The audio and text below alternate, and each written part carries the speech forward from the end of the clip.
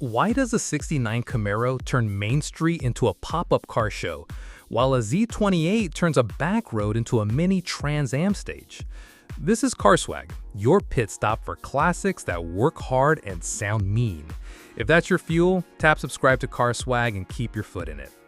Today, we're decoding the 1969 Chevrolet Camaro, how many were built, what people actually paid back then, what that equals in today's money, and what a real one is worth right now. No heavy jargon, just the story, the feel, and the numbers you can use. When people imagine a Camaro, they see this face, the deep-set grille, the crisp fenders, that low, wide stance. It's the final year of the first generation, the one that ran long into late '69, and the one that turned a cool car into an American postcard. How big was the moment? Chevrolet built 243,085 Camaros in 1969. Inside that ocean, the SS accounted for about 34,932 cars, and the Z28, the one born from road racing swagger, came in at 20,302. So when a real SS or a real Z28 rumbles past, you're seeing a smaller slice of a very big pie. A base '69 Camaro stickered at $2,727. In today's dollars, that's roughly 24 grand, new car money for something that looked like a muscle car comic book come to life. Spec one nicely back then, call it $3,200 to $3,600, and you're looking at about $28,000 to $32,000 today. It wasn't a rich guy toy, it was an attainable American coupe that made your driveway look faster.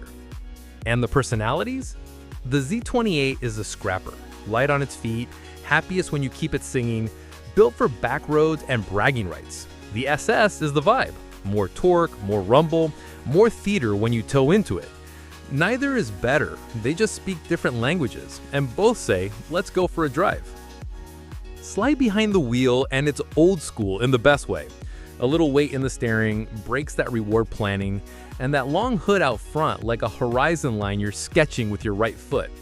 Swap in modern tires and the whole car relaxes. It stays vintage, just less on edge. If you're window shopping, 3 simple checks save headaches.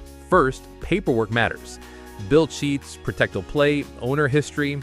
Second, badges aren't proof. Plenty of clones out there, so judge the car, not the emblems. Third, rust hotspots. The cowl area, windshield channels, and trunk can turn a deal into a year of weekends. The right car will make itself obvious. The wrong one will too. And what are they worth now? A solid driver-grade non-SS '69 often lives around the mid-20s. A documented Z28 in good number 3 condition typically lands in the high 70s, with the spread running from the 60s for honest drivers to 6 figures for the best, most original examples. SS values swing with body style and engine. Figure the 40s to 60s for a decent car with well-documented big block builds stretching beyond that. Originality and paperwork always move the needle. Why does it still matter? Because the '69 Camaro connected showroom cool to racing swagger in a way few cars ever have. It's a shape, a sound, a Saturday. It's the car that made regular people feel like they were part of something bigger.